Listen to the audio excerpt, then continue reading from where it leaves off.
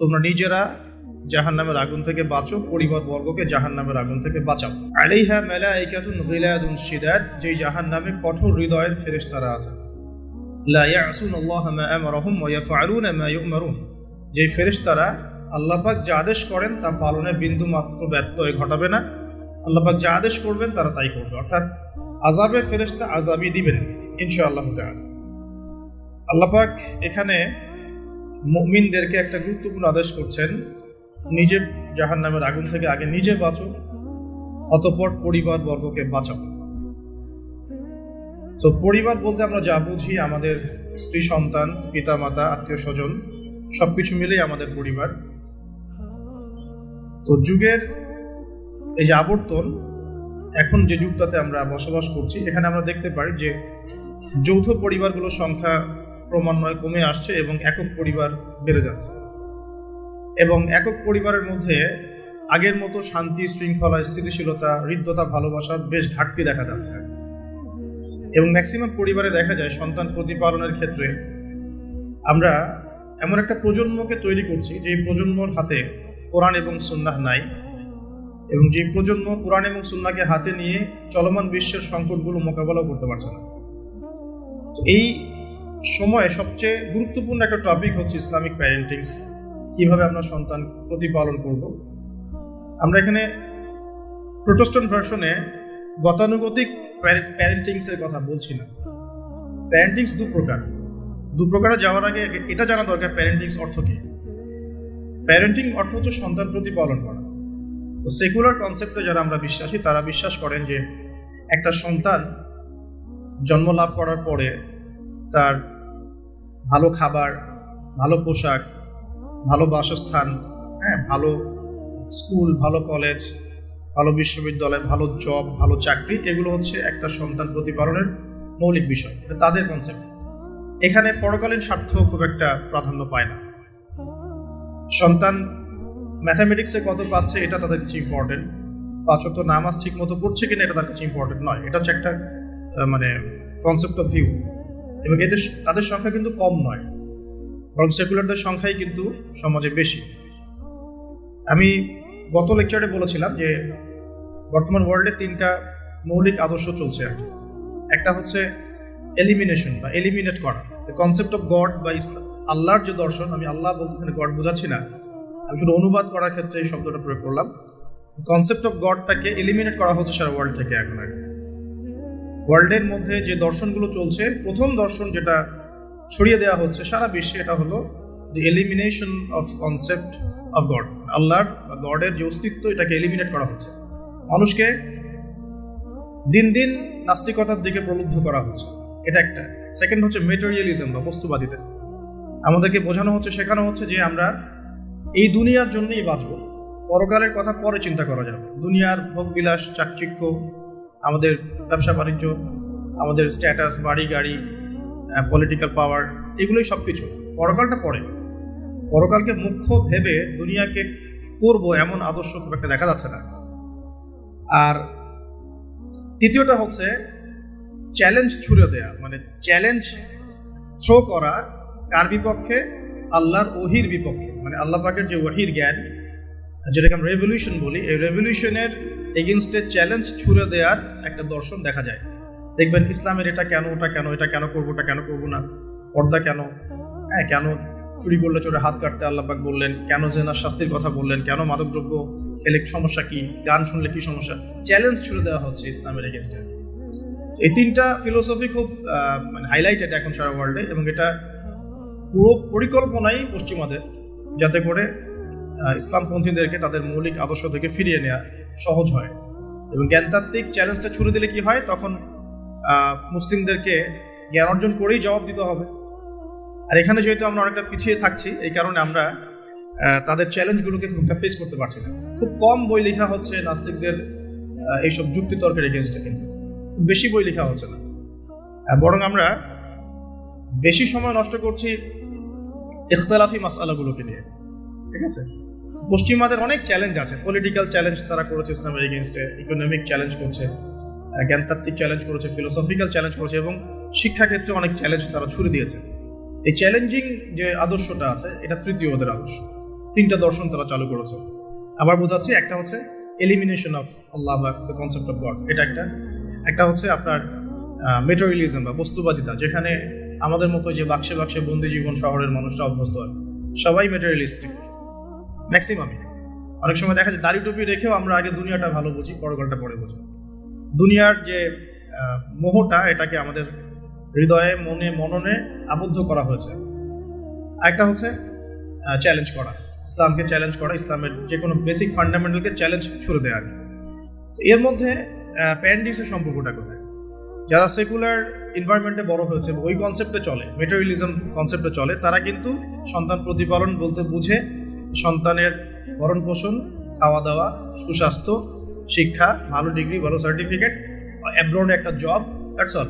এবং এরপরে সে green card পাবে এবং শেষ বয়সে আমাদেরকে দেখবে ইত্যাদি। তাদের কনসেপ্ট এতটুকু।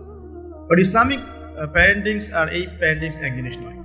ইসলামিক কনসেপ্টে প্যারেন্টিংসের সংজ্ঞা হচ্ছে এই যে আমি আমার সন্তানের ইহকালীন কল্যাণ এবং পরকালীন মুক্তির জন্য তার ভরণ পোষণ, তার খাবার, তার পরিচর্যা, তার মন, আত্মা, মননের যত্ন নেওয়া, তার শিক্ষা, তার চাকরি, তার বিবাহ, তার স্ট্যাটাস ইত্যাদি আমি মেনটেন করব। মানে আমি আমার সন্তানের ইহকাল পরকাল উভয়টাকেই নিশ্চিত করতে চাচ্ছি। এটা হচ্ছে ইসলামিক প্যারেন্টিংসের মূলনীতি। তো এখানে একটা মূলনীতিগত পার্থক্য আমরা খেয়াল করছি। এখন আসেন যে এটা কিভাবে স্টার্ট করতে হবে এবং কোন জায়গা থেকে আমি চিন্তা করা শুরু করব। আপনার সন্তান হয়ে গেছে, কারো সন্তানের বয়স 5 বছর, কারো হয়তো 10 বছর, কেউ এখনো বিয়ে করেন নাই, বা কেউ কেবল পড়াশোনা করছেন। তো এক এক মানুষ এক এক স্কেলে আছে। এখন সবগুলো স্কেল থেকে কিন্তু আলোচনা করা সম্ভব না। আমি একটা জায়গা থেকে আলোচনাটা স্টার্ট করছি, মূল জায়গাটা। সেটা হলো আমাদের চিন্তাটা করতে হবে বিয়ের আগ থেকেই। প্রথম যে চিন্তাটা করতে হবে সেটা হলো যে আপনি যদি অবিবাহিত হয়ে থাকেন তাহলে আপনি কিছুটা লাভবান এই লেকচার শোনার পর। আর যদি আপনি বিবাহিত হয়ে থাকেন তাহলে আপনাকে আবার রিফর্ম করতে হবে চিন্তাটাকে। যদি এই লেকচারের কোনো একটা পার্টির সাথে আপনার কিছু গ্যাপ থেকে যায় তাহলে ওই জায়গাটা আপনাকে রিফর্ম করতে হবে, আবার আপনাকে একটু কাজ বেশি করতে হবে আপনাকে। আর যারা বিয়ে করেন নাই এখনো তারা বেশ লাভবান এখনো, বোথ আমাদের সিস্টার্স এবং ব্রাদার্স। তো প্রথম জায়গাটা হচ্ছে যে আমাদের চিন্তাটা হবে এমন, যদি আমরা অবিবাহিত হয়ে থাকি, যে আমার লাইফের একটা এইম আছে, একটা এম্বিশন আছে। সেকুলার কনসেপ্টের এম্বিশন হচ্ছে দুনিয়া, আর আমার এম্বিশন হচ্ছে আমি দুনিয়ার কল্যাণ চাই কিন্তু পরকালীন মুক্তি চাই। এই হলো আমার ইসলামিক কনসেপ্ট, যে আমি দুনিয়ার কল্যাণ অবশ্যই চাই। দুনিয়াতে আমি একটা বাসস্থান আমার দরকার, একটা জব দরকার আছে, আমার ডিগ্রি সার্টিফিকেটসের দরকার আছে, আমার ব্যবসা বাণিজ্যের দরকার আছে, কেরিয়ারের দরকার আছে। কিন্তু আমার উদ্দেশ্যটা হবে পরকালীন স্বার্থ বজায় রেখে দুনিয়ার মুসাফিরের এই জীবনটা কাটিয়ে দেয়া। এখানে সবকিছু পূরণ হবে না, সব স্বপ্ন পূরণ হবে না। আর সব স্বপ্ন পূরণ হয়ে গেলে দুনিয়াটাই জান্নাত হতো না। আর দুনিয়াতে সবকিছু পাওয়া যাবে না বলেই এটা দুনিয়ার কোনো কিছু স্থায়ী নয়। এখানকার সুখও স্থায়ী নয়, এখানকার কোনো কষ্টও কিন্তু স্থায়ী নয়। যে কোনো সিচুয়েশনই পড়ি না কেন চিন্তা করবো যে এটা স্থায়ী নয়, এটা চলে যাবে, হোক কষ্ট অথবা সুখ। আর এর এক্সাম্পল তো নবী সাল্লাল্লাহু আলাইহি ওয়াসাল্লাম দিয়েছেন ওই যে মৃত গাধার সাথে। তোমরা কি কেউ 1 দিরহামের বিনিময়ে এই গাধা ক্রয় করবে? সাহাবীরা বলেছেন যে 1 দিরহাম কেন, বিনামূল্যে দিলেও কেউ ক্রয় করবে। আল্লাহ রাব্বুল আলামিনের কাছে দুনিয়ার মূল্য এতটুকুই। অন্য হাদিসে এসেছে যদি একটা মাছির দানার পরিমাণও মূল্য থাকতো দুনিয়ার আল্লাহর কাছে, আল্লাহ পাক কাফের মুশরিকদেরকে 1 ফোঁটা পানি পান করতে দিতেন না। আবার আরেকটা হাদিস এসেছে আঙ্গুল চুবিয়ে দেওয়ার কথা মহাসাগরের মধ্যে, সেখানে আঙ্গুল বের করলে যতটুকু লেগে থাকে হাতে সেটা হলো দুনিয়া, বাকিটা পরকাল। সো একজন স্মার্ট মানুষ, হিউম্যান বিং বা মুসলিম, সে কখনোই দুনিয়ার স্বার্থটাকে মুখ্য করে দেখবে না। আমরা যারা ইসলামিক আইডিওলজি নিয়ে চলাফেরা করি, আমরা দুনিয়ার কল্যাণটা চাবো কিন্তু পরকালের মুক্তি নিশ্চিত করতে হবে। প্রথম কথা কি, concept of the ambition of লাইফটা ঠিক করতে হবে। সেটা সূরা আলে ইমরানের 185 নম্বর আয়াতে আছে। আল্লাহ রাব্বুল আলামিন বলেছেন, আউযু বিল্লাহি মিনাশ শাইতানির রাজিম, ফামান যুহযিহা আনিন নার ওয়া উদখিলাল জান্নাতা ফাকাদ ফাজ। কিয়ামতের দিন যাদেরকে পুলসিরাত পার করানো হবে, জান্নাতে প্রবেশ করানো হবে, জাহান্নাম থেকে নিষ্কৃতি দেওয়া হবে, ফাকাদ ফাজ, সে তখন সফল হবে। মানে সে তখন চূড়ান্ত সাফল্য অর্জন করবে। এর বাইরে কোনো সাফল্যের ডেফিনেশন নাই। তো বিয়ে করেন আর নাই করেন, আগে কনসেপ্টটা ঠিক করতে হবে যে আমি আমার সাফল্য বলতে কি বোঝাচ্ছি। এখন যদি দেখেন যে আপনার এই ফিলোসফির সাথে বর্তমান লাইফ লিডিং এর পার্থক্য দেখা যাচ্ছে, তাহলে প্রথমে তওবা করে ফিরে আসতে হবে। এবং তওবা করার জন্য শুধু মুখ থেকে আস্তাগফিরুল্লাহ ওয়া আতুবু ইলাইহি পড়া যথেষ্ট নয়, খালেস ভাবে, একনিষ্ঠভাবে ওযু করে, সালাত আদায় করে, চোখের পানি ঝেড়ে দিয়ে আল্লাহ রাব্বুল আলামিনের কাছে রাতের অন্ধকারে বলতে হবে আস্তাগফিরুল্লাহাল্লাযী লা ইলাহা ইল্লা হুয়াল হাইয়ুল কাইয়্যুম ওয়া আতুবু ইলাইহি, অথবা আল্লাহুম্মা আনতা রাব্বী লা ইলাহা ইল্লা আনতা খালাকতানি আনা আবদুক ওয়া আনা আলা আহদিক ওয়া ওয়া'দিকা মাসতাতা'তু আউযু বিকা মিন শাররি মা সানা'তু আবু'ু লাক বিনি'মাতিকা আলাইয়া ওয়া আবু'ু বিযানবি ফাগফিরলি ফাইন্নাহু লা ইয়াগফিরুয যুনুবা ইল্লা আনতা। এখন তো প্রোটেস্ট্যান্ট ভার্সনের যুগ, এই কারণে আধ্যাত্মিকত্ব, মাআরিফত এগুলো মানুষ খুব একটা বোঝে না। এই কারণেই আলী রাদিয়াল্লাহু আনহুর একটা কথা পড়ে আসলাম, সেটা হচ্ছে তিনি বলছেন, তাকে বলা হচ্ছে শেষ জীবনে গিয়ে যে আপনার কি কোনো কষ্ট আছে জীবনে? আপনার কি জীবনে কোনো কষ্ট আছে? কারণ তার জীবনটা কিন্তু ঈর্ষণীয় জীবন। অন্যান্য সাহাবীরা হয়তো ইয়াং এজে গিয়ে ইসলাম কবুল করেছেন, ইসলামের জন্য অনেক খেদমত করেছেন, বাট আলী রাদিয়াল্লাহু আনহুর জীবনটা এমন যে তিনি একদম চাইল্ডহুড থেকে, ফ্রম দ্য ভেরি বিগিনিং, তিনি রাসূল সাল্লাল্লাহু আলাইহি ওয়াসাল্লামের একদম ডান পাশে ছিলেন। এমন কোনো ব্যাটল আপনি দেখবেন না, মানে আমি গাজওয়ার কথা বলছি, সারিয়া না, গাজওয়ার কথা বলছি, যে আলী রাদিয়াল্লাহু আনহুর পাশে নাই, এমন কোনো গাজওয়া আপনি পাচ্ছেন না। এমনকি তিনি জ্ঞানে, আমলে, আধ্যাত্মিকত্বে একজন সমৃদ্ধ মানুষ ছিলেন। তাকেও শেষ বয়সে খারেজিদের হাতে নিহত হতে হয়েছে। তো তাকে বলা হচ্ছে আপনার কি কোনো কষ্ট আছে জীবনে? আলী রাদিয়াল্লাহু আনহু বলছেন যে আমার কষ্ট একটাই, কি যে আল্লাহ পাক আমাকে যে ইলম দিয়েছেন, রাসূল সাল্লাল্লাহু আলাইহি ওয়াসাল্লামের সোহবতে থেকে আমি যে মারিফত অর্জন করেছি, মানে আধ্যাত্মিকত্ব অর্জন করেছি, এটা বিতরণ করার মতো উপযুক্ত কোনো পাত্র পেলাম না। তার মানে প্রোটেস্ট্যান্ট ভার্সনে শরীয়ত আপনাকে শুধু হুকুম আহকাম দিচ্ছে না, এটা করতে হবে, এটা করতে হবে না, এর ভিতরে রিজন গুলো কি, এর ভিতরে মারিফত গুলো কি, আধ্যাত্মিকত্বের বিষয়গুলো কি, সেগুলো কিন্তু সবাই বুঝবে না। এই কারণে আসলে মারিফতের কথাগুলো সবার সামনে বলাও ঠিক না, হয়তো জাহেলরা সেগুলো বুঝতে পারবে না। তো আসুন, যেখান থেকে আলোচনা শুরু করেছি ওখানে ফিরে যাই। আমরা আমাদের লাইফের এইমটাকে ঠিক করে তওবা করে ফিরে আসবো। তওবা করে ফিরে আসলে পরে শুধু প্রোটেস্ট্যান্ট ভার্সনে মুখে মুখে আস্তাগফিরুল্লাহ পড়াটা যথেষ্ট না, মন থেকে ফিল করতে হবে এবং জীবনের যে পাপগুলো আমি করে এসেছি এগুলোকে রিকভার করতে হবে। যদি আপনি জেনা করে থাকেন, ছেড়ে দিয়ে ফিরে আসতে হবে, সারা জীবন আমল করে প্রমাণ করতে হবে যে আপনি আল্লাহ পাকের অনুগত বান্দা। মুখে বলা যথেষ্ট নয়। আপনি মাদক সেবন করে থাকেন, তওবা করে ফিরে আসতে হবে, এসে আল্লাহর কাছে প্রমাণ করতে হবে যে হ্যাঁ, আমি আল্লাহ, তুমি আমাকে চান্সটা দিয়েছো, আমি এটাকে হেলায় নষ্ট করবো না, আমি নিজেকে তোমার কাছে প্রমাণ করে দিব ইনশাআল্লাহ যে আমি তোমার বান্দা। এভাবে প্রত্যেকটা পাপ, সুদ খেয়েছেন, অন্যের সম্পদ আত্মসাৎ করেছেন, হারাম টাকা থাকলে ফেরত দিতে হবে, আত্মসাৎ করে থাকলে ফেরত দিতে হবে, ঠিক আছে, অন্যের হক নষ্ট করলে সেটা ফেরত দিতে হবে। মুখলেস ভাবে তাওবাতান নাসুহা মানে কি? একনিষ্ঠভাবে তওবা করা, ওই পাপ ছেড়ে দেয়া, ভবিষ্যতে সেই পাপের পুনরাবৃত্তি না করা। ইনকেস যদি হয়েও যায়, তাহলে আবার 2 রাকাত নামাজ পড়ে আবার আল্লাহকে বলা, রব্বি ইন্নী আযনাবা যামবান আখরা ফাগফিরলি, হে আল্লাহ, আমি আবার সেই গুনাহ করে ফেলেছি, আমাকে মাফ করো। সো তওবাটা খুব important. Both sisters and brothers, সবাইকে বলছি যে আমরা সবাই পাপী, প্রত্যেকদিন মিনিমাম 100 বার করে তওবা করার অভ্যাস করে তুলতে হবে এবং এটাকে ফিল করা। আমি বারবার বলি ইহসানের সাথে। এখনকার ইবাদত বন্দেগীর মধ্যে ইহসান নাই, সবার নাই, অল্প কিছু মানুষের আছে। ইহসান হচ্ছে আনতা আবুদুল্লাহ কাআন্নাকা তারাহ, তুমি এমন ভাবে আল্লাহর ইবাদত করবে যেন তুমি আল্লাহকে দেখতে পাচ্ছ। ওয়া ইল্লাম তাকুন তারাহু ফাইন্নাহু ইয়ারাক, তুমি যদি আল্লাহকে দেখতে না পাও, বিশ্বাস রাখবে, জেনে রাখবে যে আল্লাহ পাক তোমাকে দেখছেন। এই মারিফত নিয়ে সবাই ইবাদত করছে না। যদি করতোই তাহলে নামাজ পড়ে বের হয়ে আবার সুদ খেতে পারতো না। যদি মানুষ এটাই করতো তাহলে তাহাজ্জুদ পড়ে আবার সকালবেলা কি গার্লফ্রেন্ড বয়ফ্রেন্ড ডেটিং করতে যেতে পারে না। তো মারিফতের ঘাটতি আছে। আর মারিফত অর্জন হয় কখন? যখন আল্লাহ নূর কলবে আসে। আল্লাহ নূর কখন কলবে আসে? যখন হৃদয়টা পরিচ্ছন্ন হয়। যে হৃদয়ের মধ্যে হিংসা, বিদ্বেষ, অহংকার, পরশ্রী কাতরতা আছে, সেখানে আল্লাহ নূর আসার কোনো প্রশ্নই ওঠে না। যেখানে আল্লাহ নূর নাই, সে আলো দেখবে কিভাবে? সে অন্ধকারের পথ চলবে কিভাবে? সে কিভাবে ঘ্রাণ পাবে?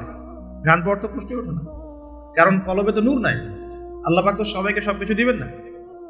তো এখন আসুন, যে আমরা যদি তওবা করে ফিরে আসতে পারি, এখন আমি আমার লাইফটাকে গুছিয়ে নিব।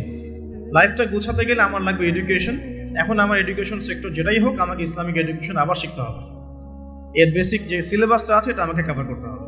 কিভাবে করবেন এটা আপনার চ্যালেঞ্জ। এটা আপনি মাদ্রাসায় করতে পারেন, আপনি ইসলামিক ইউনিভার্সিটিসগুলোতেও পড়তে পারেন, বা আপনার যে সেকুলার ইনস্টিটিউশনে পড়ছেন সেখানে পড়েও প্রাইভেটলি যে কোনোভাবে হোক আপনাকে এটা কভার করতে হবে। এটা আপনার চ্যালেঞ্জ। এটা কিভাবে বাস্তবায়ন করবেন সেটা সিচুয়েশন ডিফার করবে, মানুষের সবার একরকম হবে। দ্বিতীয়টা হচ্ছে আমল বাড়িয়ে দেওয়া এবং সুন্নত নফলগুলোতে শক্ত পাবন্দ হওয়া আর কি। রাসূল সাল্লাল্লাহু আলাইহি ওয়াসাল্লামের সুন্নতে শক্ত পাবন্দি নিয়ে আসা, হালাল রিজিকের সোর্স ফ্রম করা, পাশাপাশি আপনার সৎ কাজের আদেশ করা, অসৎ কাজে নিষেধ করা, দাওয়াতি কাজে সময় দেওয়া, আল্লাহর রাস্তায় সময় দেওয়া, দিনকে এগিয়ে নেওয়ার জন্য ছোট ছোট প্রকল্প প্রজেক্ট হাতে নিয়ে ইসলামের কল্যাণে কাজ করা। তো এই প্রত্যেকটা কাজ জড়িত হয়ে আছে এখন ফ্যামিলি ডেভেলপমেন্টের সাথে। আর পরিবার একটা চ্যালেঞ্জ, এবং আপনার পরবর্তী লেগেসি রেখে যেতে হবে, সন্তানও প্রতিপালন করতে হবে। তাহলে পরিবার এবং বিয়েটা একটা বড় ফ্যাক্টর। এখন যারা আমরা বিয়ে করি নাই বা করে ফেলেছি তাদের এখানে একটা চ্যালেঞ্জ আছে, সেটা হলো আপনার পরিবারটাকে জান্নাতি পরিবার রূপে গড়তে হবে। এখন গড়তে হলে কি করতে হবে? ধরেন আমি ধরে নিচ্ছি আপনি বিয়ে করেন নাই। প্রথমত আপনার বিয়ের ক্ষেত্রে কোনো প্রকার ভুল করা যাবে না। বিয়ের ক্ষেত্রে আপনার কোনো রকমের ভুলের কোনো অবকাশ নাই। অবকাশ নাই বলতে বোঝাচ্ছি যে যখন আপনি বিবাহিত নন তখন আপনার কাছে বিয়েটা একটা ফ্যান্টাসি, যে বিয়ে করতে হবে, বিয়ের আলোচনা শুনলে মুখে হাসি চলে আসছে, কিন্তু বাস্তবতা কিন্তু এমন নয়। যদি আপনি ডিসিশন নিতে ভুল করেন, আদর্শ পরিবার গড়াটা খুব ডিফিকাল্ট হবে, এবং পরবর্তী লেগেসি সন্তান প্রতিপালন ইসলামিক প্যারেন্টিংসে অনেক বেগ পেতে হবে আর কি। তো বিয়ের ক্ষেত্রে রাসূল সাল্লাল্লাহু আলাইহি ওয়াসাল্লাম যেটা বলেছেন যে তোমরা অবশ্যই দিনদারিতাকে প্রাধান্য দিবে। এখানে যদি তার সৌন্দর্য থাকে, সে দেখতে সুন্দর হয়, বংশ ভালো হয় এবং অর্থবিত্ত থাকে, এটা তো আপনার নূরুন আলা নূর, আলোর উপরে আলো। যদি এটা নাও হয় তারপরে আপনাকে দিনদারিতা প্রাধান্য দিয়েই বিয়ে শাদী করতে হবে। এই জায়গায় কোনো রকম কম্প্রোমাইজ করতে যায় না। এই ব্যবসায় ভুল করলে আপনি সারা জীবন লস খাবেন, ঠিক আছে? আর যারা বিয়ে করে ফেলেছেন কিন্তু দিনদারিতার ঘাটতি আছে, তাদের জন্য সবর ছাড়া কোনো অপশন নাই। সবরের মধ্য দিয়ে ঠান্ডা মাথায় স্ত্রীকে বা স্বামীকে ওয়াজ নসিহত করতে করতে করতে, দোয়া করতে করতে, আল্লাহ যদি কোনোদিন হৃদয় বা কলবকে পরিবর্তন করে দেন, ইনশাল্লাহ আপনিও আপনার পরিবারটাকে আদর্শ পরিবার করতে পারবেন ইনশাল্লাহ। আর যদি দেখেন যে নূহ আলাইহিস সালামের মতো ঘটনা ঘটেছে, সুদীর্ঘকাল চেষ্টা করার পরে কোনো ফলাফল আসছে না, তাহলে আপনি আপনার কবরের ফিকির করেন, তারা তাদের কবরের ফিকির করুক, ব্যাস ছেড়ে দেন। ওই যে লাইসা মিন আহলিক, সে তোমার পরিবারের কেউ নয়। কাকে বলা হয়েছে? নূহ আলাইহিস সালামের ছেলেকে বলা হয়েছে। নূহ আলাইহিস সালাম বলছেন যে ছেলে, আমার ছেলে আল্লাহ, সে আমার পরিবারের, তাকে কি মাফ করা যায় কিনা? আল্লাহ পাক বলছেন লাইসা মিন আহলিক, সে তোমার পরিবারের কেউ না। তার নাম ছিল কেনান। এখন ধরে নিলাম যে আপনি বিয়ে করেন নাই, তাহলে আপনার সিদ্ধান্ত হবে এখান থেকে ইসলামিক প্যারেন্টিং করার জন্য আপনাকে দিনদারিতাকে প্রাধান্য দিয়েই স্বামী বা স্ত্রী চুজ করতে হবে। এরপর বাকিগুলো দেখবেন ইনশাআল্লাহ। আমরা দোয়া করি আল্লাহ পাক সবাইকে দিনদার স্বামী এবং স্ত্রী নসিব করুন, আমিন। আর দিনদারিতা কখনোই বাহ্যিক লেবাস পোশাকে বোঝা যায় না। বাহ্যিক লেবাস পোশাকে একটা ধারণা পাওয়া যেতে পারে যে উনি দাড়ি রেখেছেন, হয়তো নামাজ পড়েন, নামাজ 5 ওয়াক্ত পড়েন, নামাজি ব্যক্তি, আশা করা যায় ভালো হবে। তিনি হালাল খাচ্ছেন না হারাম খাচ্ছেন খোঁজ নিতে হবে, তার পরিবারের ব্যাকগ্রাউন্ডটা খোঁজ নিতে হবে, তার বাবা কেমন, তার মা কেমন, তার আপনার শাশুড়ি কেমন, আপনার শ্বশুর কেমন, খোঁজ নিতে হবে। কারণ দেখা যায় যে যে পরিবেশে বড় হয়েছে তার মধ্যে সেই প্রভাবটা থেকে যায়। এ কারণে এর ব্যতিক্রমও হতে পারে যে একটা নোংরা পরিবেশে থেকেও তো ইব্রাহিম আলাইহিস সালামের জন্ম হতে পারে, জাহেলি মক্কার মধ্যে থেকেও তো মুহাম্মদ সাল্লাল্লাহু আলাইহি সাল্লামের জন্ম হতে পারে। কিন্তু অ্যাজ ইউজুয়াল একটা কনসেপ্ট হচ্ছে যে যে পরিবেশে বড় হয় ওই বিষয়গুলো তার মধ্যে কিন্তু থেকে যায়। এটাকে কুফু বলা হয়। বিয়ের ক্ষেত্রে কুফুটা ইম্পর্টেন্ট, আপনারা খেয়াল রাখবেন যাতে করে বিয়ের ক্ষেত্রে এই ভুলগুলো না হয়, তাহলে সারা জীবন একটা বড় হ্যাসেল পোহাতে হতে পারে। আর বিয়ের পরে ঠিক করে নিব এই কনসেপ্টটাও ঠিক না। বিয়ের পরে ঠিক করে নিব এই কনসেপ্টটাতে গিয়ে অনেকে ভুল করেছে, উল্টা সে নিজেই বিভ্রান্ত হয়ে গেছে বা দাড়ি ছেটে ফেলেছে। স্ত্রীকে তো পর্দা করাতে পারি নাই, উল্টো দাড়ি ছেটে ফেলেছে। এরপর আপনার লাইফটা শুরু হবে। বিয়ের সময় অবশ্যই মোহরটা কম করার চেষ্টা করেন, সামর্থ্য অনুযায়ী কম করার চেষ্টা করেন। যদি আপনার সামর্থ্য থাকে 1 কোটি টাকা মোহর দেওয়ার, অবশ্যই দিবেন, সবার তো সামর্থ্য থাকবে না। তাই মোহরের যে বিজনেসটা সমাজ আমরা দেখি, অহেতুক প্রতারণা করা, 20 লাখ 30 লাখ মোহর লিখে ফেলে পরবর্তীতে না দেয়া, মাফ নিয়ে নেওয়া, এটা চিটিংস, প্রতারণা মেয়েদের সাথে।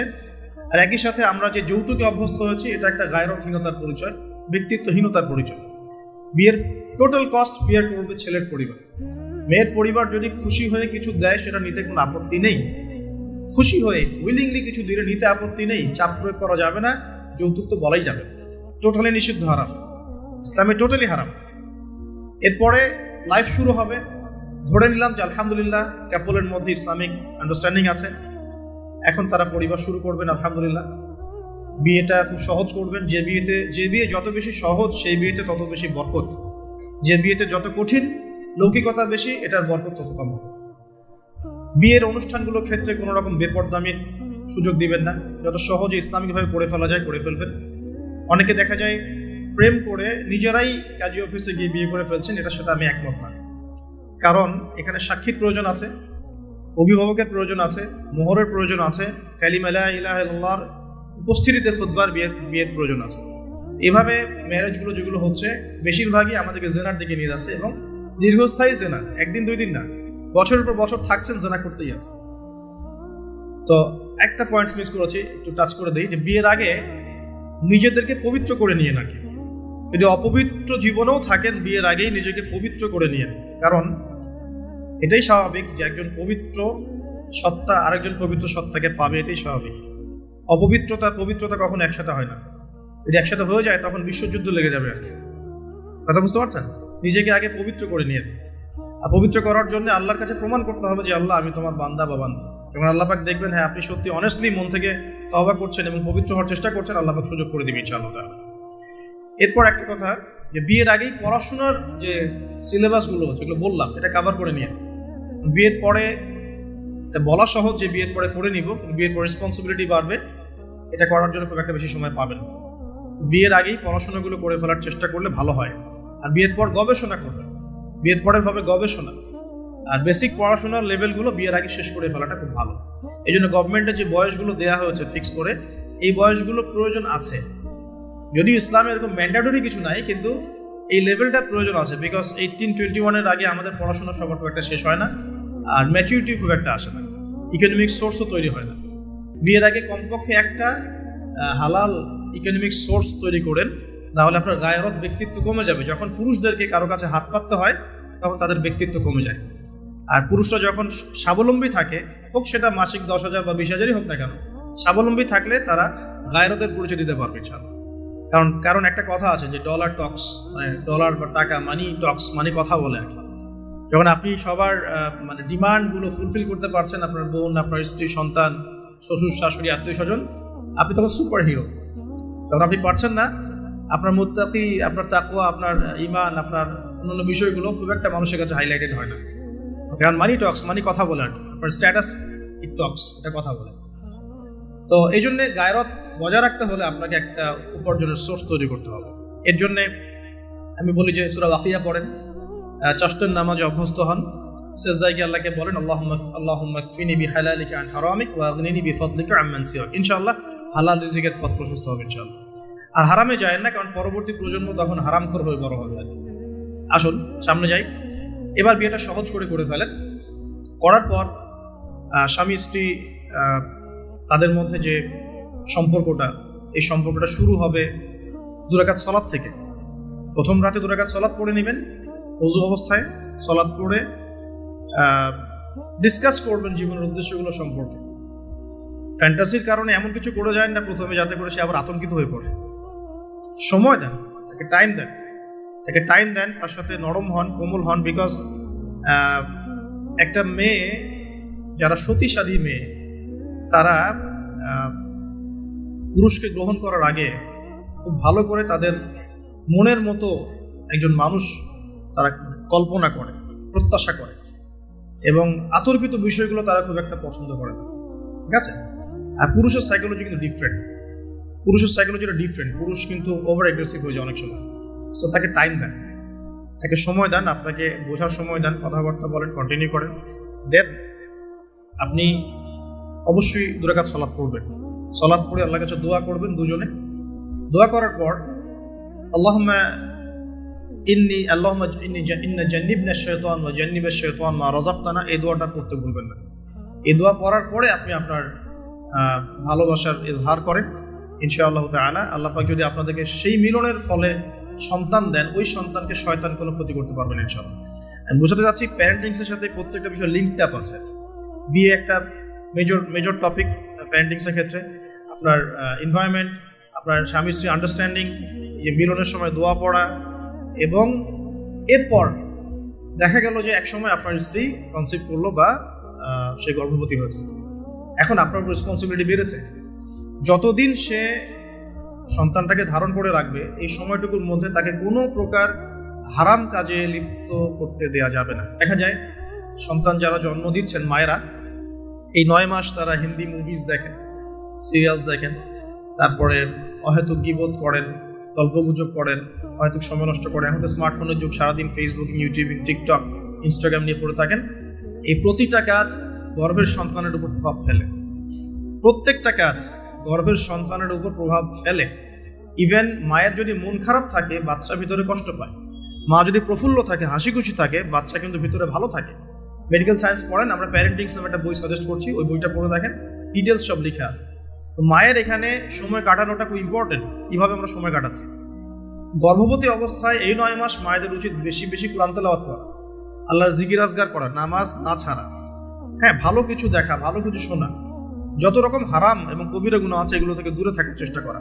এরপর ইনশাআল্লাহ সন্তান ভালো হবে। আল্লাহ পাক দোয়া করি সন্তান যেন সুস্থ স্বাবলম্বী হয়। পাশাপাশি মেডিকেল চেকআপস গুলো নিয়মিত করাবেন, কারণ এটা খুব ইম্পর্টেন্ট ফ্যাক্ট। অনেক সময় দেখা যায় যে আমরা মানে পর্দার যেহেতু একটা বিধান আছে, তো পর্দার বিধান পালন করতে গিয়ে আমরা দেখা যায় আলট্রা করাবো না, আমরা এই ডাক্তারের কাছে নিব না, হ্যাঁ, আমরা নর্মাল করাবো, বাসায় করাবো, হসপিটালে নিব না, কিছু ওভার এগ্রেসিভ থিঙ্কিংস চলে আসে।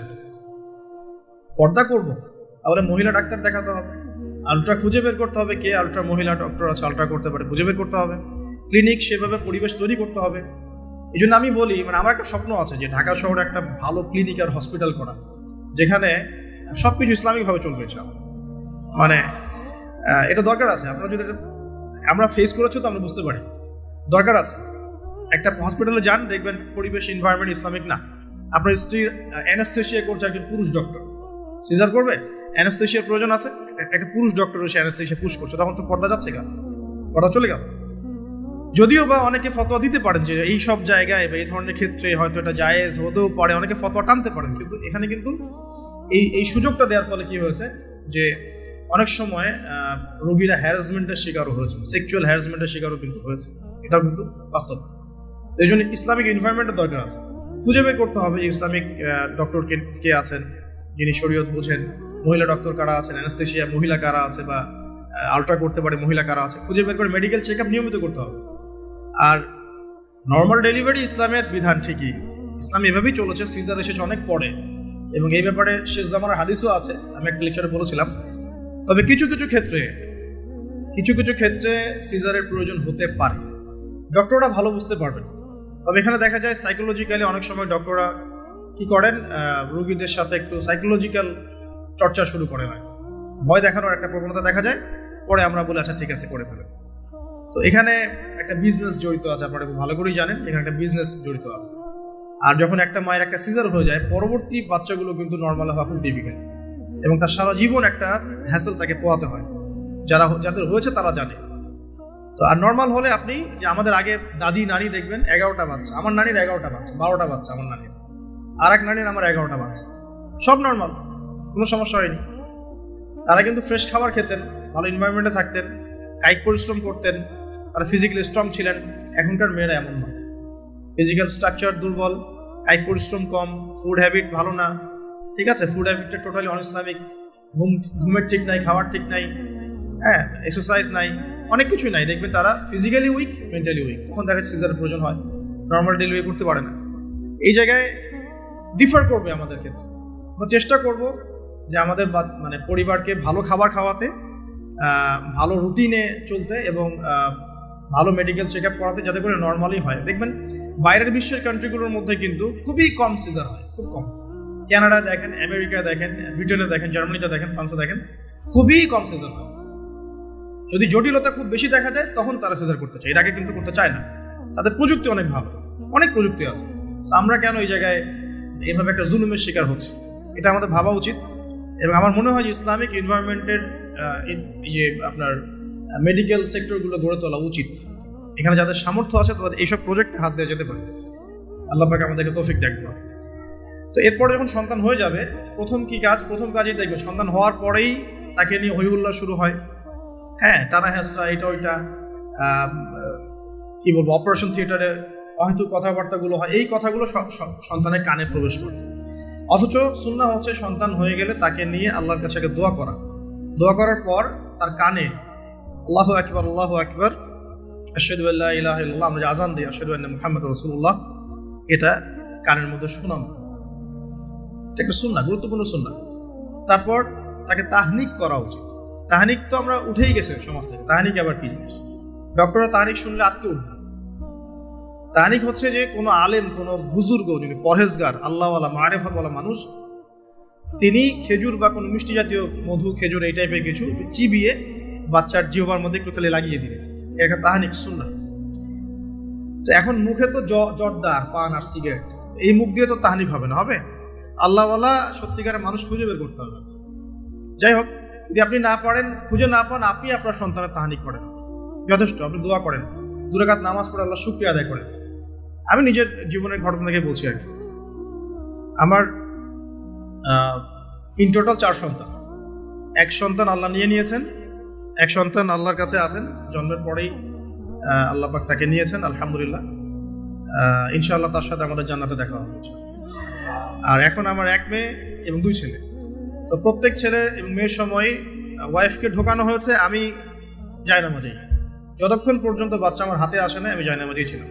এবং আমি দেখেছি যে আল্লাহ যে আছেন, আল্লাহ যে মানুষের এত কাছে, আল্লাহ যে দোয়া কবুল করেন, শোনেন, মানে আমি হৃদয় থেকে উপলব্ধি করেছি। এই কথাগুলো তো বোঝানো যাবে না, এগুলো তো আমি কোনো দলিল বা প্রমাণ দিয়ে আপনাকে বোঝাতে পারবো না। এটা আপনি ফেস করলে না, ফিল করলে বুঝতে পারবেন। সেজদায় দোয়া করতে করতে চোখের পানি ফেলার সাথে সাথে দেখা যায় যে নার্স এসে বলেছে আমাকে যে আর কাঁদতে হবে না, এই যে মেয়ের কান্না শুনে। এমন হয়েছে আমার সাথে। কারণ মানে স্ত্রীর যে প্রসব বেদনা, এটা দেখে কিন্তু স্বামী আসলে ঠিক থাকতে পারে না, তাদের প্রচন্ড কষ্ট হয়। এবং এই কষ্টটা এই কারণেই হয়তো নবী সাল্লাল্লাহু আলাইহি ওয়াসাল্লাম বলেছেন, তোমার সবচেয়ে সেরা অধিকার পাওয়ার, ভালো ব্যবহার পাওয়ার অধিকার রাখে তোমার মা, এরপর তোমার মা, তারপরেও তোমার মা, এরপর তোমার বাবা। মায়ের এই যন্ত্রণা শুধু মায়েরাই বুঝতে পারবে। তো আপনি যদি জান্নাত পেতে চান, মায়ের সেবা করেন, মায়ের খেদমত করেন, মাকে সন্তুষ্ট রাখেন, ইনশাল্লাহ জান্নাত পেয়ে যাবেন ইনশাআল্লাহ। আর এই যুগে কিন্তু মা বাবার সাথে দাস দাসীর মতো আচরণ করা হয় আর কি। তো খেয়াল রাখবেন এই বিষয়গুলো, মায়ের হকটা কখনো নষ্ট করেন না। আর তার মেয়েদের প্রতি একটাই আমার, মানে তাদের প্রতি আমার কনসেপ্ট অফ ভিউ হচ্ছে এরকম যে কঠিন হয়ে তাদের সাথে কোনো লাভ নাই। আসলে আদতে আলটিমেটলি কঠিন হয়ে কোনো লাভ নাই। 2-1 দিন হয়তো ঝগড়াঝাটি হতে পারে, মনোমালিন্য হতে পারে, কিন্তু কঠিন হয়ে তাদেরকে লাইনে আনা খুব একটা যায়। নরম হয়ে বুঝিয়ে সুঝিয়েই, ভালো ব্যবহার, ভালোবাসা, মহব্বত দিয়েই সম্ভব ওদের মন জয় করা, আদারওয়াইজ সম্ভব। আসুন, এরপরে আজান হবে, তাহনিক হবে। 7ম দিনে গিয়ে আপনি আকিকা করবেন। যদি করতে না পারেন 14 দিনে, যদি তাও করতে না পারেন 21। এভাবে সুযোগ আছে আকিকা করার। তবে 7ম দিন আকিকা করা সুন্নাহ। আকিকাটা কি? এটা হচ্ছে আপনার সন্তানের জানের বদলে একটা জানের উৎসর্গ। ছেলে হলে 2টো খাসি, মেয়ে হলে 1টা। কারণ কি? মেয়েদের রোগ প্রতিরোধ ক্ষমতা কিন্তু এমনিই বেশি, ছেলে বাচ্চার রোগ প্রতিরোধ ক্ষমতা কিন্তু কিছুটা কম। এখানে 2টো খাসি উৎসর্গ করা হচ্ছে আল্লাহর কাছে। এখানে মেয়েদেরকে ছোট করা হচ্ছে না। তসলিমা নাসরিন টাইপের মেয়ে থাকলে বলতে পারে যে হ্যাঁ ছোট করা হচ্ছে। তো আশা করবো যে আমাদের এখানে এমন কোনো মেয়ে নাই। এখন আকিকার পর কি? মাথা মুন্ডন করা। মাথা মুন্ডন মানে একটা চুল থাকে, চুলটা কষ্ট দেয়। ডক্টরাই বলেন এই চুলটা কিন্তু বাচ্চাদেরকে কষ্ট দেয়। এই চুলটাকে কামিয়ে ফেলা। যদি মাথায় কোনো প্রবলেম থাকে, ডক্টর বলেন না এখন করার দরকার নাই, সেটা আলাদা ইস্যুস, কিন্তু নর্মালি কামিয়ে ফেলা উচিত। এবং চুলের ওজন করতে হয়, এই চুলের ওজনের সমপরিমাণ রূপা আল্লাহর পথে সাদাকা করতে হয়, এটা সুন্নাহ। তো এটা করবেন। তারপরে আকিকা করলেন, আকিকা আপনি যেভাবে গোশত বন্টন করেন সেভাবে করবেন। বাচ্চা এখন জন্ম হয়েছে, আপনাদের নতুন অধ্যায় শুরু, এই প্যারেন্টিংস আপনার এখন শুরু হচ্ছে। এখন আপনার জন্য প্যারেন্টিংস বইটা আমি সাজেস্ট করছি এবং আমি চিস্ট কিছু বলে দিচ্ছি। দেখুন, আদম আলাইহিস সালামের দুই ছেলের সম্পর্কে প্যারেন্টিংস এর মধ্যে কথা এসেছে। আদম আলাইহিস সালামের 2 ছেলের সম্পর্কে কিন্তু কথা এসেছে। 1 নাম্বার হাবিল কাবিলের ঘটনা মনে আছে? 2 সন্তান পরস্পরে হিংসা বশত কিন্তু এক ভাইকে হত্যা করে ফেললো। যদি আপনাদের একাধিক সন্তান থাকে, কারো প্রতি পক্ষপাতিত্ব করতে যায় না, তাহলে কিন্তু হাবিল কাবিলের মতো সম্পর্ক গড়ে উঠবে আর কি। আর এই যুগে তো হাবিল কাবিলের সম্পর্ক এখনো চলছে। এখানে বহু কাবিল ঘুরে বেড়াচ্ছে দাড়ি টুপি নিয়েই, তাই না? হাবিল কাবিল সম্পর্ক কিন্তু এখন আছে। কুরবানি কবুল হচ্ছে, আমারটা হচ্ছে না কেন? খেদমত হচ্ছে, আমি পারছি না কেন? মানুষ ওখানে ছুটছে, আমার কাছে আসে না কেন? ওই ওয়াজে 2 লাখ লোক হচ্ছে, আমার ওয়াজে হচ্ছে না কেন? হাবিল কাবিল সম্পর্ক তো আছেই আর কি। তো কাবিল কি করবে? হাবিলকে এলিমিনেট করার চেষ্টা করবে, হাবিলকে দুনিয়া থেকে সরাতে হবে, তাহলে সে সফল, তার ধারণা এমন। অথচ এই কাজের ফলে কি হয়েছে? তার আমল নামে সমস্ত খুনের গোনা কিন্তু যাচ্ছে একটা একটা। আল্লাহ পাক সবসময় সত্যের সাথে থাকেন, অনেস্টির সাথে থাকেন। আল্লাহ পাক সবসময় নূর এবং মারিফত ওয়ালা মানুষের সাথেই থাকেন। আল্লাহ পাক কখনোই ইবলিস এবং কাবিলের সাথে থাকেন। আল্লাহ পাক বোঝার তৌফিক দেখ। সামনে যান। নূহ আলাইহিস সালামের জীবনেও কিন্তু প্যান্ডিংস আছে। দেখেন, এক সন্তান ইসলাম কবুল করছে না। তো এমন হতে পারে যে দীর্ঘদিন আমার একাধিক সন্তান, আমি আমার সর্বোচ্চ পরিশ্রম করছি সন্তানের পিছনে, তাদের ভরণ পোষণ, খাওয়া দাওয়া, এডুকেশন সবকিছু, তারপরেও জীবনের এক পর্যায়ে গিয়ে একজন বিভ্রান্ত হয়ে গেছে। এটা হতে পারে, এটারও সুযোগ আছে। এতে আপনি দোষী হবেন না ইনশাআল্লাহ, কারণ আপনি আপনার চেষ্টাটা অব্যাহত রেখেছিলেন। তো একটা কথা বলতে ভুলে গেলাম, যে ওই যখন হাবিল কাবিলের কথা এসেছে তখন একটা কথা বলতে ভুলে গেছে, যে ওই ইউসুফ আলাইহিস সালামের কথা মনে আছে নিশ্চয়ই। ইউসুফ 11 সন্তান, 11 ভাই, যে ইউসুফ আলাইহিস সালামের এগেইনস্টে যে ষড়যন্ত্র করছে। কারণ কি? কারণ বাবা ইউসুফকে খুব বেশি ভালোবাসে, বাবা ইউসুফকে অনেক আদর করে, তার খুব খুব চমৎকার, সুন্দর দেখতে। এমন হয় না যে একটা বাচ্চা খুব সুন্দর, বা আপনার বড় মেয়ে আপনি বেশি আদর করেন, একটু বেশি আদর করেন। হ্যাঁ, তো এই জায়গাটা কিন্তু সতর্ক থাকতে হবে, যে সন্তান একাধিক হয়ে গেলে আবার হিংসাত্মক মনোভাব গড়ে না ওঠে। এই জন্য ছোটবেলা থেকে শিক্ষা দিতে হবে যে সে তোমার বড় আপু, সে তোমার ভাই। হ্যাঁ, সবাইকে আপনি একটা ইনসাফ প্রতিষ্ঠা করতে হবে। কোরআনে অনেক দলিল আছে। আপনি ইব্রাহিম আলাইহিস সালামের ঘটনা দেখেন, যে তার সন্তানকে মানুষ করেছে তার মা হাজরা আলাইহিস সালাম। ইব্রাহিম আলাইহিস সালাম কিন্তু সেখানে রেখে চলে আসছেন, মানুষ করেছে কিন্তু তার মা। তো যে হাজরা আলাইহিস সালাম বলছেন যে ইয়া ইব্রাহিম, হে ইব্রাহিম, আপনি আমাদেরকে কেন এখানে রেখে যাচ্ছেন? তখন ইব্রাহিম আলাইহিস সালাম বলছেন যে আল্লাহর আদেশে। তখন হাজরা আলাইহিস সালাম বলছেন যে যদি আল্লাহর আদেশে আপনি আমাদেরকে এখানে রেখে যান, জনমানব শূন্য বিরান একটা জায়গায়, তাহলে ইনশাআল্লাহ আল্লাহ আমাদেরকে ধ্বংস করবেন না। এই যে তাওয়াক্কুল আল্লাহর প্রতি, এখন তাওয়াক্কুল কারিনী মায়ের গর্ভ থেকে জন্ম নিয়েছে ইসমাইল আলাইহিস সালাম।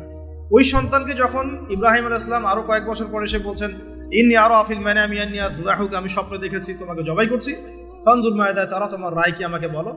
ওই সবরকারিনী মায়ের গর্ভ থেকে জন্ম নেয়া, তাওয়াক্কুলকারিনী মায়ের গর্ভ থেকে জন্ম নেওয়া সন্তান এবার বলছে, ইয়া আবাতি, হে আমার বাবা, ইফআল মা তুমার, আপনি তাই করুন যা আপনাকে আদেশ করা হয়েছে। সাতাজিদুনি ইনশাআল্লাহু মিনাস সাবিরিন, আমাকে ইনশাআল্লাহ আপনি সবরকারী পাবেন। তো এখানে মায়ের রোলটা দেখেন, মা যেমন হবে সন্তান তেমন হতেই পারে। মা যেমন হয় সন্তান কিন্তু তেমনই হয়, স্বাভাবিক এটা। মা যদি সন্তানকে হৃদ্যতা, ভালোবাসা দিয়ে বড় করে, সন্তান দেখবেন বড় হয়ে সবাইকে ভালোবাসে। মা যদি সন্তানকে কনফিডেন্স দেয় যে বাবা তুমি পারবে, জীবন অনেক কিছু করতে পারবে, তোমার মধ্যে এই প্রতিভা আছে, ইনশাআল্লাহ তুমি পারবে, সন্তান বুস্ট আপ পিছন থেকে পারবে।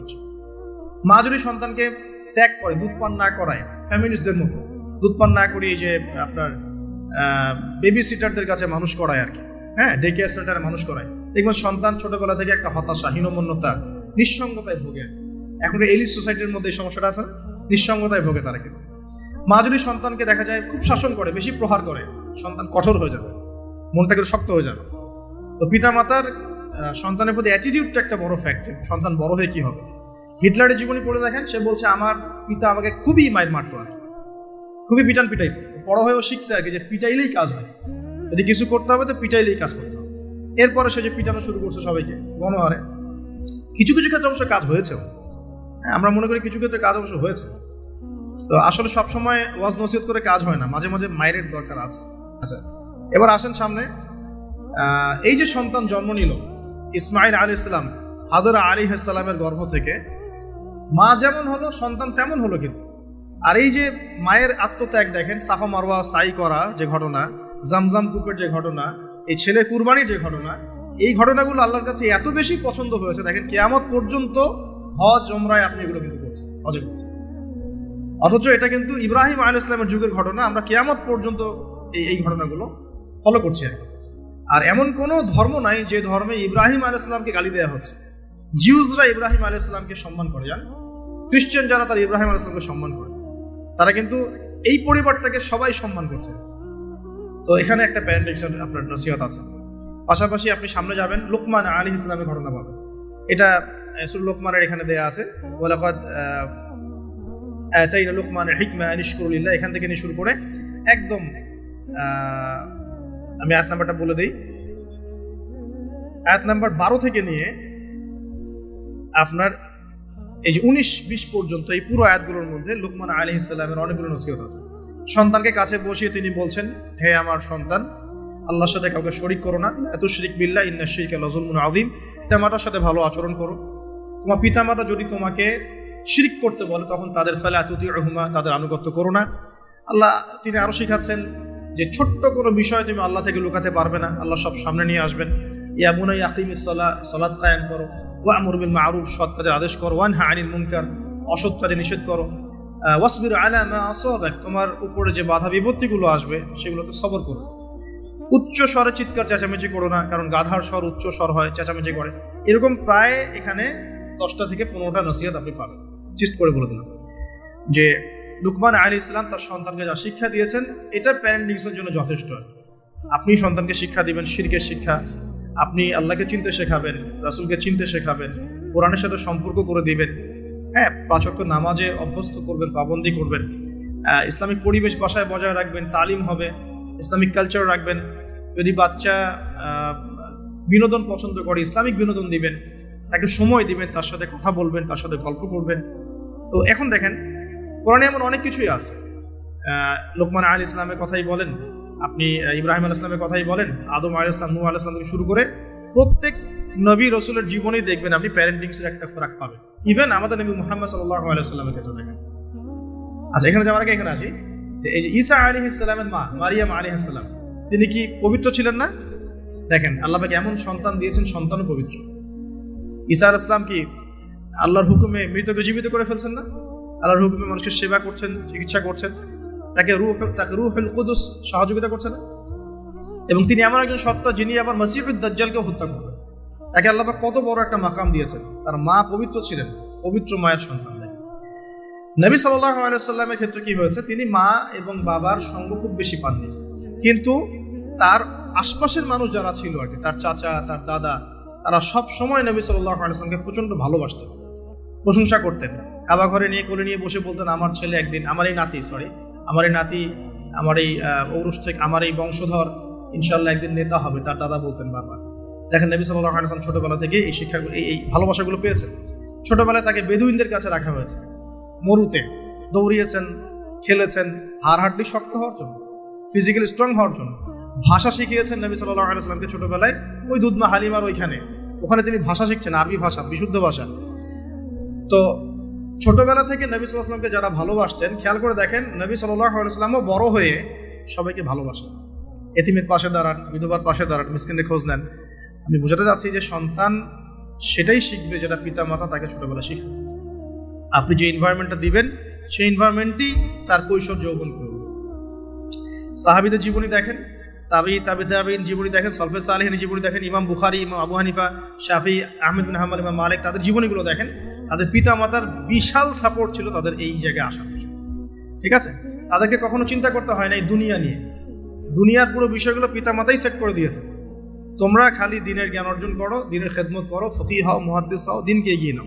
ওদেরকে টেনশন ফ্রি করে দাও, বাকি পরিশ্রম আমরা করবো ইনশাআল্লাহ, সমস্যা। পরবর্তী প্রজন্মকে ইসলামের জন্য তৈরি করতে হলে আমাদেরকে পরিশ্রম করতে হবে এবং তাদেরকে একটা সিকিউর সাউন্ড মাইন্ড দিতে হবে যে তোমার কাজ এইগুলো। এটা কিভাবে? এখন আসুন শুরুতে ছোটবেলায় যে বাচ্চা হয়ে গেছে, আমি শেষ করে দিচ্ছি আর 15 মিনিটের মধ্যে। ছোটবেলায় যে বাচ্চাগুলো হচ্ছে আমাদের সন্তান, ছেলে মেয়ে, তো মনে রাখবেন যে একটা বাচ্চা কিন্তু 24 মাস যখন তার বয়স হয়, 24 মাসে সে কিন্তু মোটামুটি ভাবে 50টা শব্দ মনে রাখতে পারে। যখন তার বয়স 3 বছর হবে তখন কিন্তু মোটামুটি 200 শব্দ সে মনে রাখতে পারে। এভাবে যখন গ্র্যাজুয়ালি বাড়ে, আপনার বাচ্চার বয়স যখন 5 বছর হয়েছে, সে একই সাথে 2-3টা ভাষার শব্দ মনে রাখতে পারে। ঠিক আছে, 5 বছর বয়সে বা 6 বছর বয়সে একটা বাচ্চা কিন্তু প্রায় 1500 থেকে 2000, কোনো ক্ষেত্রে 2500 শব্দ পর্যন্ত তার মাথায় মেমোরাইজ করতে পারে ছোটবেলায়। এখন আমরা ওই সময়টাতে কি করছি? আমরা ওই সময় বাচ্চা কাচ্চাগুলোকে শেখাই হাট্টিমাটিম ডিম শেখাই, যে মাঠে পারে ডিম শেখায়, Jack and Jill, went up the hill, এগুলো শেখাই, হামফ্রি টামফ্রি স্যাটার্ন ওয়াল, এগুলো শেখাই। এগুলো শিখিয়ে ওদের মাথার এই যে কি বলবো, যে উর্বর যে একটা মস্তিষ্ক আমরা নষ্ট করে ফেলি। ইভেন মারা বাচ্চাদেরকে ঘুম পাড়ায়, হিন্দি সং বলে ঘুম পাড়াচ্ছে, হ্যাঁ, হয়তো যে খোকা ঘুমালো, পাড়া জোড়ালো, বর্গি এলো দেশে, এগুলো বলে ঘুম পাড়াচ্ছে। এখানে সূরা পড়ে আপনি ঘুম পাড়াতে পারতেন। আপনি এখানে কিন্তু কি বলবো, কোরআন তেলাওয়াত করতে করতে ঘুম পাড়াতে পারতেন, বা ইসলামিক যদি কিছু বলতেই হতো ইসলামিক কোনো নাশিদ বলে ঘুম পাড়াতে পারতেন। সব জায়গায় লক্ষ্য করতে হবে বাচ্চার কানে আমি কি দিচ্ছি। বাচ্চা হয়তো বলতে পারছে না কথা, তখন কিন্তু বাচ্চা শুনতে পারে, বাচ্চা বুঝতে পারে। বাচ্চা আপনাকে দেখে, পরিচিত ফেস দেখে বাচ্চা হাসে কেন? কারণ সে বুঝতে পারে, সে চিনতে পারে যে হ্যাঁ তিনি আমার কাছের কেউ। মাকে কেমন করে বাচ্চা চেনে? কিভাবে মায়ের গায়ের গন্ধে বাচ্চার কান্না থেমে যায়? এগুলো কি আল্লাহ পাকের আধ্যাত্মিকত্ব, মারিফত নয়, পরিচয় নয়? তো এগুলো খেয়াল রাখতে হবে। মায়েরা যখন বাচ্চাকে প্রতিপালন করবেন, ব্রেস্ট ফিডিং এর আগে বিসমিল্লাহ বলতে হবে। সে তো বিসমিল্লাহ বলতে পারছে না, আপনাকে বিসমিল্লাহ বলতে হবে। হ্যাঁ, তাকে ঘুম পাড়াবেন ইসলামিক নাশিদের মধ্য দিয়ে, অথবা সূরা তেলাওয়াতের মধ্য দিয়ে, কেরাতের মধ্য দিয়ে, সূরা ইখলাস পড়ে ঘুম পাড়াবেন। তাকে ঝাড়ফুঁক করবেন, তার গায়ের মধ্যে এত কিছু বেঁধে না দিয়ে তাকে সকাল সন্ধ্যা ঝাড়ফুঁক করবেন। এবং কয়েকটা দোয়া আপনি কন্টিনিউয়াসলি করবেন। আমি বলে দিই দোয়াগুলা। একটা সূরা আলী ইমরানের মধ্যে আছে, সূরা প্রথম দিকে আছে, সূরা আলী ইমরানের শুরুতে একটা দোয়া আছে যে রব্বি ইন্নী নাযারতু লাকা মা ফি বাতনি মুহাররারান ফাতাকাব্বাল মিন্নী ইন্নাকা আনতাস সামিউল আলিম। এটা একটা দোয়া। আর একটা, এটাও সূরা আলী ইমরানে আছে প্রথম দিকেই, যে রব্বি হাবলি মিন লাদুনকা যুররিয়াতান তাইয়্যিবা ইন্নাকা সামিউদ দুআ। এটাও একটা দোয়া আছে সূরা আলী ইমরানের প্রথম দিকে।